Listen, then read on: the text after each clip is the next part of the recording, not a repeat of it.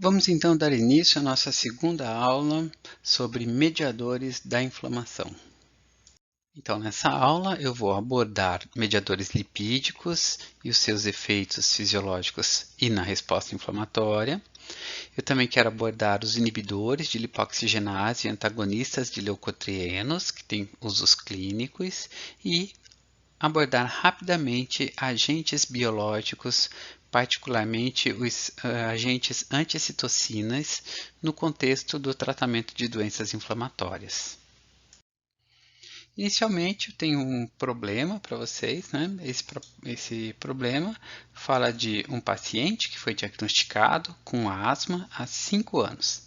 As crises eram frequentes e logo após o diagnóstico ele foi tratado com salmeterol e corticoides inalados.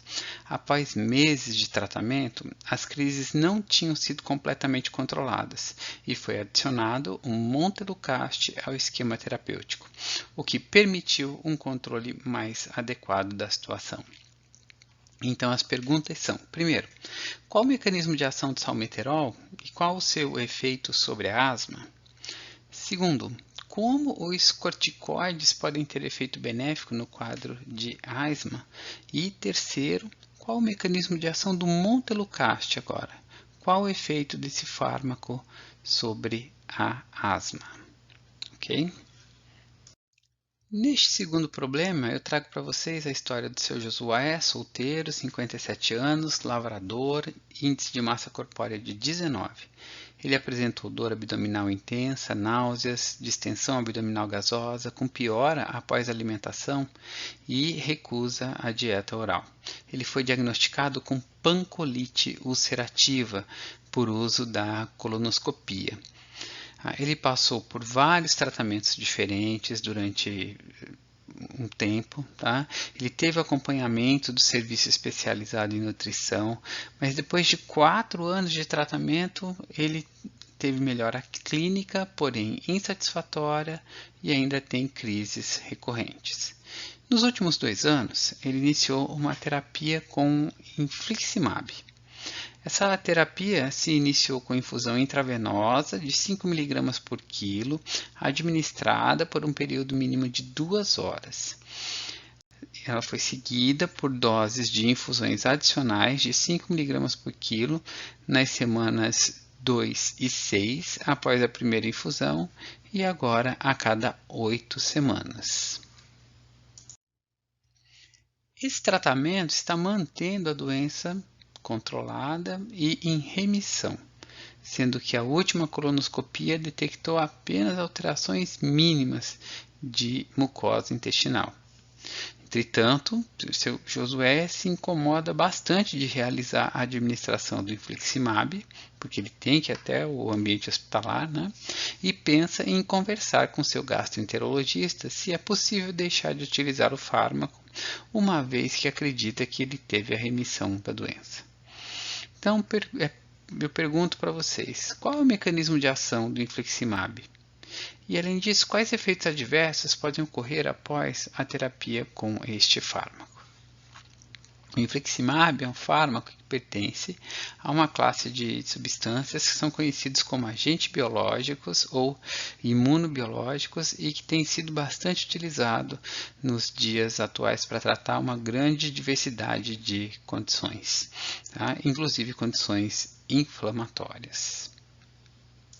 Nós já conversamos um pouco sobre altacoides como sinônimos de mediadores inflamatórios e eu trago para vocês aqui os altacoides, que são derivados de fosfolipídios de membrana. Então, a partir desses fosfolipídios, nós podemos ter a formação de mediadores que são os eicosanoides, nos quais se inserem as prostaglandinas, tromboxanos e leucotrienos. Nós também temos o fator de ativação plaquetária, o PAF, que também é derivado de lipídio, e temos outros altacoides que são importantes, como a histamina, derivada dos mastócitos, a bradicinina, que é derivada de precursores que estão presentes no plasma, principalmente no plasma, o óxido nítrico, que é uma espécie reativa de nitrogênio, né, um radical livre, E os neuropeptídeos, que vêm de fibras aferentes sensoriais, então são oriundos de neurônios, e também as citocinas, que têm uma variedade de ações, principalmente na resposta inflamatória. Vamos iniciar falando um pouco sobre os eicosanoides. Os eicosanoides são substâncias que são originadas a partir do ácido araquidônico. O ácido araquidônico, por sua vez, é um ácido graxo poliinsaturado, é um ácido graxo que tem 20 carbonos na sua estrutura, como pode ser visto aqui, e nesses 20 carbonos nós temos 4 insaturações, que são 4 duplas ligações, nas posições 5, 8, 11, 14. Ele é um ácido, então, tetraeicosanoico. Eicosa vem de 20 carbonos. Esse ácido graxo ele pode ser obtido tanto da dieta, quanto pode ser sintetizado a partir de um outro ácido graxo da dieta, que é o ácido linoleico. E ele está presente em fosfolipídios de membrana. Os fosfolipídios de membrana são triacilgliceróis, então eles têm na sua estrutura química a estrutura do glicerol, que são esses 3 carbonos ligados a átomos de oxigênio. E ligado a esses 3 carbonos, a cada um desses 3 carbonos, a gente tem um ácido graxo nas posições R1, R2 e R3. Uma enzima muito importante no contexto da resposta inflamatória é a fosfolipase A2. Na verdade, são as fosfolipases A2, porque nós temos um grande número de fosfolipases A2, que são enzimas que catalisam a quebra da ligação no carbono SN2, próximo ao carbono SN2 do glicerol, do triacilglicerol, permitindo a liberação do ácido graxo na posição R2. Frequentemente, esse ácido graxo é o ácido araquidônico. Então, as fosfolipases A2 são consideradas carros-chefe na liberação de ácido araquidônico. Então, nós teríamos os fosfolipídios nas membranas, a partir dos quais a fosfolipase A2 pode permitir a retirada ou a mobilização do ácido araquidônico, e o ácido araquidônico, por sua vez, pode ser alvo da ação de diferentes enzimas. É muito importante a ação das ciclooxigenases sobre o ácido araquidônico. As ciclooxigenases, conhecidas como COX, são enzimas que nós temos 2 subtipos de ciclooxigenases, a COX-1 e a COX-2, e o que elas têm em comum é que elas transformam o ácido araquidônico em outros mediadores que são chamados de PGG2 e PGH2, prostaglandina G2 e prostaglandina H2, que são, na verdade, endoperóxidos cíclicos, a partir dos quais vários mediadores podem ser formados. A partir desses endoperóxidos, então, nós temos a formação, por exemplo, de prostaciclina, que é a PGI2, de prostaglandinas, como a prostaglandina F2-alfa, a prostaglandina D2, a prostaglandina E2, ou PGE2, e também de tromboxanos, primeiramente o tromboxano A2. Cada um desses mediadores vai ser formado em determinados tecidos. Por exemplo, o tromboxano A2 é formado nas plaquetas pela ação da tromboxano sintase, que é a enzima que vai catalisar a conversão dos endoperóxidos cíclicos no tromboxano A2. O tromboxano A2 nas plaquetas vai atuar em receptores específicos, que são receptores chamados de TP, e vai fazer com que essas plaquetas agreguem. Então, a agregação plaquetária é um efeito causado pelo tromboxano A2. Em contrapartida, nós temos a prostaciclina, ou PGI PGI2. A PGI2 pode ser formada em vários tecidos, mas um local importante para sua formação é o endotélio vascular. Então, no endotélio vascular, nós temos a formação de PGI2 a partir de sistemas enzimáticos específicos. É interessante que a PGI2, ou prostaciclina, é vasodilatadora, mas ela também tem uma ação importante na homeostasia plaquetária, porque ela tem ações, induz efeitos que se contrapõem ao tromboxano A2. Enquanto o tromboxano A2 estimula a agregação plaquetária, a prostaciclina inibe a agregação plaquetária, permitindo assim um controle da homeostase da função das plaquetas. Nós também temos as diferentes prostaglandinas, né? PGF2-alfa, que é muito conhecida por ser formada no útero, mas é também formada em outros tecidos, como o intestino.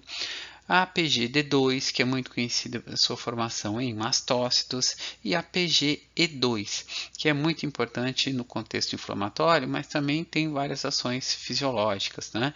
Ela é formada no pulmão, ela é formada em células do sistema imune, como macrófagos, ela também pode ser formada em células endoteliais. Tá?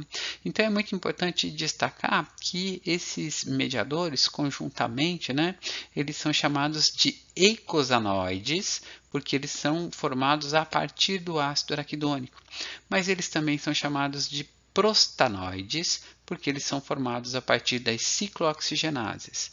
Então, as prostaglandinas são tanto prostanoides quanto eicosanoides, porque elas vêm tanto da ciclooxigenase e a partir do ácido araquidônico. Isso porque o ácido araquidônico vai poder ser substrato para a formação de outros mediadores que são os leucotrienos, que nós vamos falar mais adiante. Só que neste caso será por uma outra enzima, a lipoxigenase ou as lipoxigenases. Então os leucotrienos serão eicosanoides, porque vêm do ácido araquidônico, mas não serão prostanoides, porque eles não são formados a partir da ação catalítica das ciclooxigenases. É importante ressaltar mais uma vez que esses mediadores têm efeitos importantes em fenômenos fisiológicos, mas também são muito relevantes no contexto da resposta inflamatória. Tanto que fármacos como os anti-inflamatórios não esteroidais são fármacos que inibem as ciclooxigenases. Então, fármacos como a aspirina, o ibuprofeno, o cetoprofeno, são inibidores de ciclooxigenase e são muito importantes no contexto da resposta inflamatória.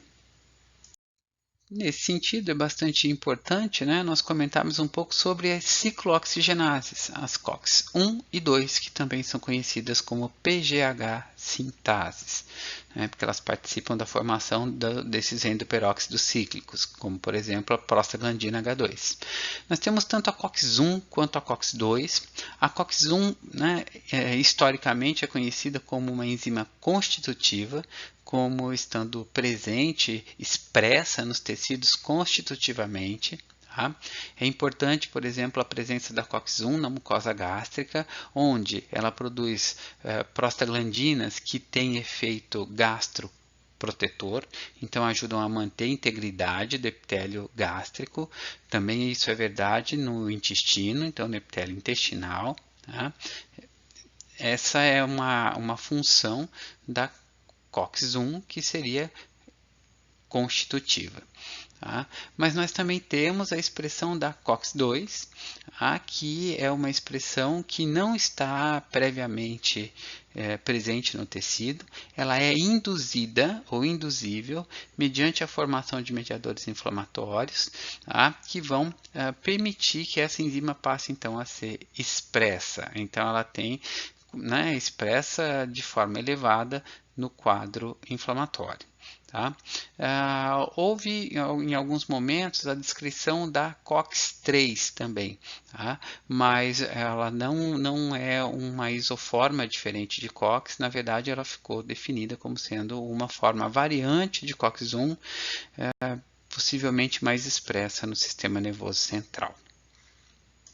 Bem, então a partir da ação da ciclooxigenase é que vai ser permitido a formação dos endoperóxidos cíclicos que vão levar então à formação de prostaciclina, prostaglandinas e tromboxano, que tem várias ações fisiológicas. Por exemplo, a prostaciclina é vasodilatadora, né, formada pelo endotélio, é vasodilatadora. Ela auxilia na manutenção da integridade da mucosa gástrica, porque ela leva também à inibição da secreção gástrica. Ela inibe a agregação plaquetária e ela parece participar também da liberação de renina e da natriurese.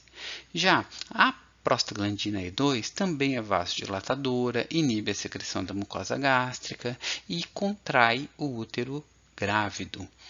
A prostaglandina D2 produz efeito vasodilatador, também inibe a agregação plaquetária e causa relaxamento, né, tanto de músculo gastrointestinal quanto do útero. Tá? Então ela é relaxante, tem efeito relaxante no útero, diferente da PGE2.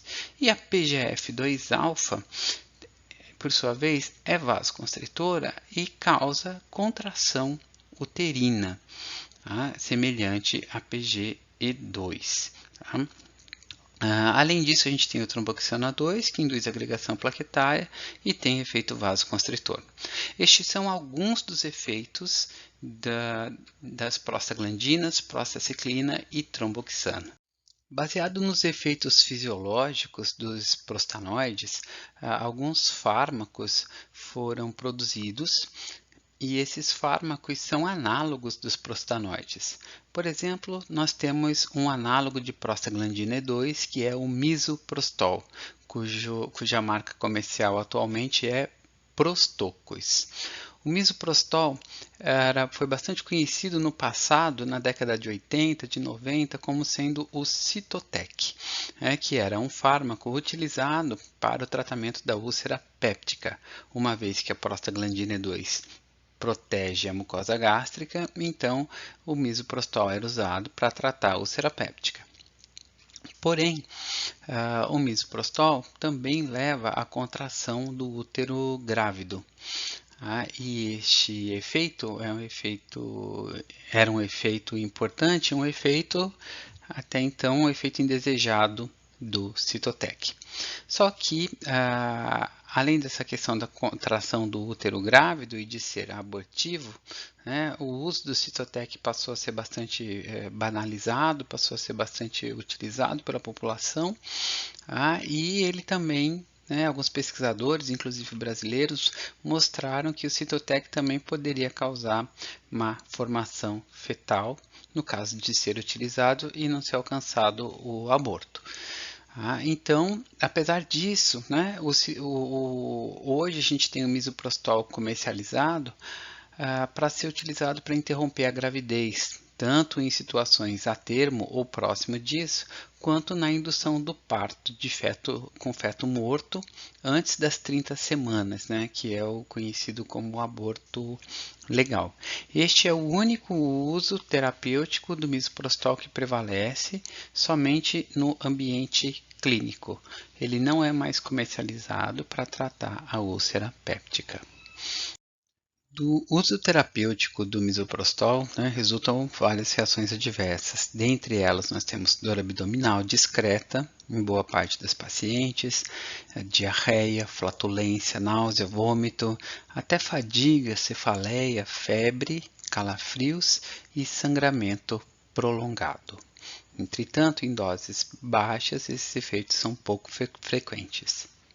Outros análogos de prostanoides que são usados terapeuticamente incluem, por exemplo, o alprostadil, que é um análogo de prostaglandina E2, que hoje em dia é utilizado no tratamento da disfunção erétil masculina. Só que o inconveniente do alprostadil é que ele precisa ser injetado na base do pênis, então ele é comercializado como uma solução para injeção intracavernosa.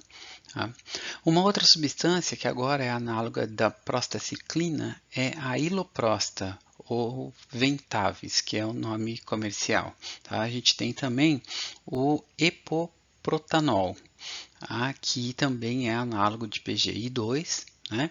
Atua nos mesmos receptores que a PGI2, e esses fármacos são utilizados no tratamento da hipertensão pulmonar e são comercializados na forma de solução para nebulização pelo paciente. Ainda nós temos análogos de PGF2-alfa. Tá? É o caso da bimatoprosta, da latanaprosta e da travoprosta, que são substâncias utilizadas no tratamento do glaucoma de ângulo aberto.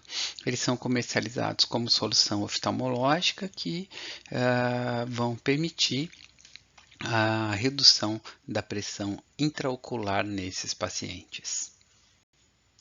Além das ações fisiológicas induzidas pelos prostanoides, essas substâncias são muito conhecidas pelas suas ações no quadro inflamatório. Então, nós temos, por exemplo, para a prostaciclina e para a prostaglandina E2, um efeito vasodilatador e um efeito hiperalgésico, né? A vasodilatação estimula, por exemplo, leva à hiperemia, à vermelhidão no quadro inflamatório, no local inflamado, e essas substâncias elas podem sensibilizar as fibras sensoriais, os neurônios nociceptivos, à ação de outros mediadores inflamatórios, que passarão a ter um efeito mais intenso agora sobre as fibras sensoriais e induzirão a dor. É isso que a gente chama de hiperalgesia, nesse caso, presente na dor inflamatória. A PGE2 também é muito importante para o edema inflamatório, ela aumenta a permeabilidade vascular e ela induz febre. A febre é um efeito central, mediante a formação de prostaglandina E2 lá no hipotálamo. Também é descrito que a PGD2 é vasodilatadora, a PGF2-alfa e o tromboxano A2 são broncoconstritores, além de outras ações patológicas que são conhecidas para essas substâncias, mas essas são as principais ações patológicas. Dessa forma, nós podemos considerar que as prostaglandinas no quadro inflamatório vão produzir um efeito vasodilatador. Esse efeito vasodilatador vai potencializar a formação do edema, tanto por aumentar o fluxo sanguíneo, quanto por aumentar a permeabilidade vascular, levando a extravasamento de líquido e de proteínas plasmáticas. Então, esse é um efeito inflamatório. Além disso, as prostaglandinas podem sensibilizar as fibras sensoriais, levando à hiperalgesia na condição inflamatória. Então, elas contribuem para a indução da dor, que é uma característica do quadro inflamatório, um sinal cardinal, e as prostaglandinas induzem a febre, o aumento da temperatura corpórea, que é um efeito central, um efeito no hipotálamo, mediante a geração dessas prostaglandinas, principalmente PGE2. Além das prostaglandinas, além dos mediadores que são prostanoides, nós temos outros mediadores que são chamados de leucotrienos. Os leucotrienos são formados a partir da ação da lipoxigenase ou das lipoxigenases sobre o ácido araquidônico. As lipoxigenases, nós temos várias lipoxigenases, a 5, a 12 e a 15 lipoxigenases, principalmente, que são enzimas que vão catalisar a conversão do ácido araquidônico no leucotrieno A4. A partir do leucotrieno A4 vão ser formados outros leucotrienos, como o leucotrieno B4 e os leucotrienos C4, D4 e E4. É interessante que esses mediadores são mediadores lipídicos, porém os leucotrienos C, D e E4 para a formação desses leucotrienos é inserido um resíduo de cisteína a partir da glutationa nesses leucotrienos. Então, eles são conhecidos como cisteinil-leucotrienos, os três, o C, o D e o E4. Esses mediadores, então, são mediadores eicosanoides, porque vêm a partir do ácido araquidônico, mas não são prostanoides, porque não são formados pelas ciclooxigenases, e sim são formados pelas lipoxigenases. O leucotrieno B4 é um potente fator quimiotático, ou seja, ele é um fator que faz com que os leucócitos migrem para o local onde ele está sendo formado. Ele também é um fator que leva à estimulação das fibras sensoriais, induzindo a hiperalgesia. Já os leucotrienos C, D e E4, os cisteínil-leucotrienos, têm um papel importante na indução do broncoespasmo, então da broncoconstrição, mas também aumentam a permeabilidade vascular, causando edema inflamatório, inclusive nos brônquios. Isso é tão relevante que nós temos fármacos que atuam nessa via e são usados terapeuticamente. Um desses fármacos é chamado de Zileuton ou Zileutona. A função, o efeito da zileutona é diminuir a formação do leucotrieno E4, porque o seu mecanismo de ação é inibir a 5-lipoxigenase. Com isso, a diminuição na formação tanto de leucotrieno B4 quanto do cisteínil leucotrienos. Além disso, nós temos ainda disponíveis no Brasil, inclusive, nós temos o Zafirlukast e o Montelukast, que são antagonistas de receptores dos cisteínil-leucotrienos. Os receptores pelos quais os cisteínil-leucotrienos induzem os seus efeitos são chamados de receptores cis-LT. Então, o Zafirlukast e o Montelukast antagonizam esses receptores, diminuindo os efeitos dos leucotrienos, que são principalmente a broncoconstrição e a indução do edema inflamatório. O Montelukast e o Zafirlukast estão disponíveis no Brasil e são usados terapeuticamente tanto para o tratamento da asma quanto para o tratamento da rinite alérgica. No tratamento da asma, eles geralmente não são primeira escolha. A primeira escolha para o tratamento da asma são os broncodilatadores, os agonistas beta-2 e os glicocorticoides. Se eu quero efeito anti-inflamatório, os glicocorticoides são os mais indicados, mas o Montelukast e o Zafirlukast podem ser utilizados como monoterapia para pacientes que não respondem muito bem aos glicocorticoides, ou eles podem ser utilizados em associações com os glicocorticoides ou com os agonistas beta-2. Tá? Durante o uso terapêutico dessas substâncias, são observadas algumas reações adversas, como dor abdominal, sede, cefaleia, e há trabalhos que descrevem problemas psiquiátricos em crianças, como depressão, ansiedade e outros problemas, embora haja bastante controvérsias acerca desses problemas e eles precisem ser melhor caracterizados. Tá?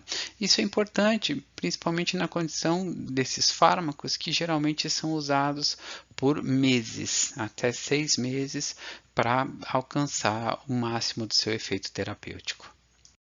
Uma vez que nós já falamos dos mediadores eicosanoides, nessa aula eu gostaria de comentar rapidamente com vocês sobre as citocinas. Tá?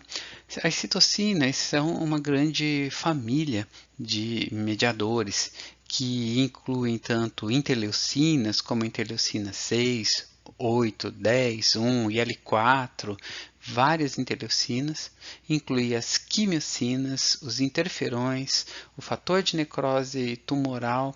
Nós temos uma grande variedade de citocinas. Tá?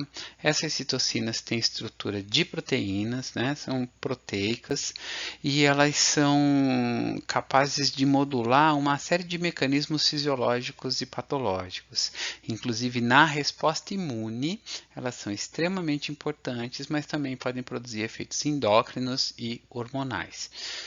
Então, as citocinas produzem uma grande variedade de efeitos, sendo esses efeitos tanto autócrinos, parácrinos ou endócrinos, ou seja, na célula ou na região onde ela foi produzida, nas proximidades ou até em tecidos distantes. Tá? Em quadros inflamatórios sistêmicos, é possível encontrar concentrações aumentadas de citocinas na corrente sanguínea. E essas citocinas podem ser tanto pró quanto anti-inflamatórias. Tá? Um exemplo de citocinas pró-inflamatórias que estão envolvidas desde o início da resposta inflamatória, né, seria o TNF-alfa ou a interleucina 1-beta, que são citocinas bastante importantes na indução da resposta inflamatória. Tá? Nós temos perfis diferentes de citocinas, tá? Citocinas que têm perfil TH1, que medeiam muito respostas que não são alérgicas, é a exemplo da IL-1, do TNF-alfa. Citocinas que têm perfil TH2, como a IL-5 e a IL-18, que estão mais envolvidas em respostas alérgicas. E ainda citocinas de outros perfis, como o TH17, né, como a IL-17, tá? Que está envolvida em uma variedade de respostas inflamatórias também. Então, são muitos detalhes, são muitas citocinas, né, que muito provavelmente já foram estudados em outras disciplinas por vocês. Só estou trazendo alguns detalhes, porque existem fármacos que são utilizados baseado nas ações das citocinas. Boa parte dos fármacos que são utilizados para bloquear o efeito de citocinas são fármacos que se incluem na categoria de agentes biológicos. A maior parte deles são anticorpos anticitocinas, né? Como é o caso do infliximab, como é o caso da anakinra e do omalizumab, para trazer alguns exemplos. Tá? Então, o infliximab, por exemplo, é um anticorpo anti-TNF-alfa. Isso significa que o infliximab se liga ao TNF-alfa inativando, impedindo que ele produza o seu efeito pró-inflamatório. O infliximab é bastante utilizado em doenças como a artrite, a colite ou até a psoríase. De forma semelhante, nós temos a anakinra. A anakinra é um antagonista de interleucina 1-beta. Tá? Então, ela bloqueia, né, as ações da interleucina 1-beta e ela também pode ser utilizada no tratamento da artrite e ainda no tratamento da asma. Nós também temos o omalizumab como exemplo, que é um anticorpo anti-imunoglobulina E, que é utilizada no tratamento da asma, que é uma condição alérgica, né? Uma resposta contra alérgenos e é um tipo de resposta que é mediado pela formação de imunoglobulinas como a IgE. Então, a ideia é bloquear a ação dessa imunoglobulina. Para exemplificar como são utilizados os agentes biológicos, né, no tratamento de respostas inflamatórias, eu vou trazer, né, o tratamento da artrite reumatoide, que pode ser feito com o etanercept, o infliximab, tá? Ou até outros anticorpos anti-TNFs, como o sertolimumab, o golimumab e o adalimumab. Tá? O infliximab e essas outras substâncias, né, que terminam com MAB, são anticorpos anti-TNF, né, anticorpos anticitocinas. Eles são administrados por via intravenosa, é feita uma administração a cada 4 a 8 semanas, a depender do quadro clínico do paciente. Já o etanercept, tá? É uma substância que se liga ao TNF, formando complexos inativos. Então, o princípio é o mesmo de um anticorpo anticitocina, mas ele não tem a estrutura de um anticorpo. Tá? O etanercept é administrado 2 vezes por semana por via subcutânea para o tratamento da artrite reumatoide, por exemplo. Mas o que é interessante em relação a esses fármacos é que eles não são primeira escolha no tratamento da artrite reumatoide. Né? Eles são utilizados quando dá falha de fármacos que são a primeira escolha. Então, eles são como o último recurso no tratamento da artrite reumatoide. O uso terapêutico do etanercept pode causar dor e prurido ou eritema no local da injeção, e isso ocorre em 1/3 dos pacientes, que é elevado, né, a quantidade de paciente, e o uso do infliximab pode causar febre e calafrios durante a infusão em pelo menos 1 a cada 5 pacientes, tá? E ainda é possível que o paciente crie um anticorpo anti-infliximab, contra o infliximab. Percebam, o infliximab é um anticorpo anti-TNF, mas tem a estrutura proteica, então é possível que o paciente crie um anticorpo contra o infliximab. Tá? E também vale a pena ressaltar que essas terapias não podem ser iniciadas em pessoas que têm infecção ativa. Por quê? Porque o TNF-alfa é uma citocina importante para a origem da resposta inflamatória. E inibir a ação do TNF-alfa enquanto a gente tem um quadro infeccioso ativo significa inibir a capacidade do organismo de elaborar a resposta contra aquele agente infeccioso. Por isso, esse contraponto. Bem, pessoal, então nessa videoaula nós falamos um pouco sobre os eicosanoides, né, de forma geral, e sobre os anticorpos anticitocinas. Nós teremos mais uma videoaula falando sobre histamina e antihistamínicos e, na sequência, falaremos sobre os anti-inflamatórios não esteroidais, que são uma importante classe de fármacos no tratamento da inflamação.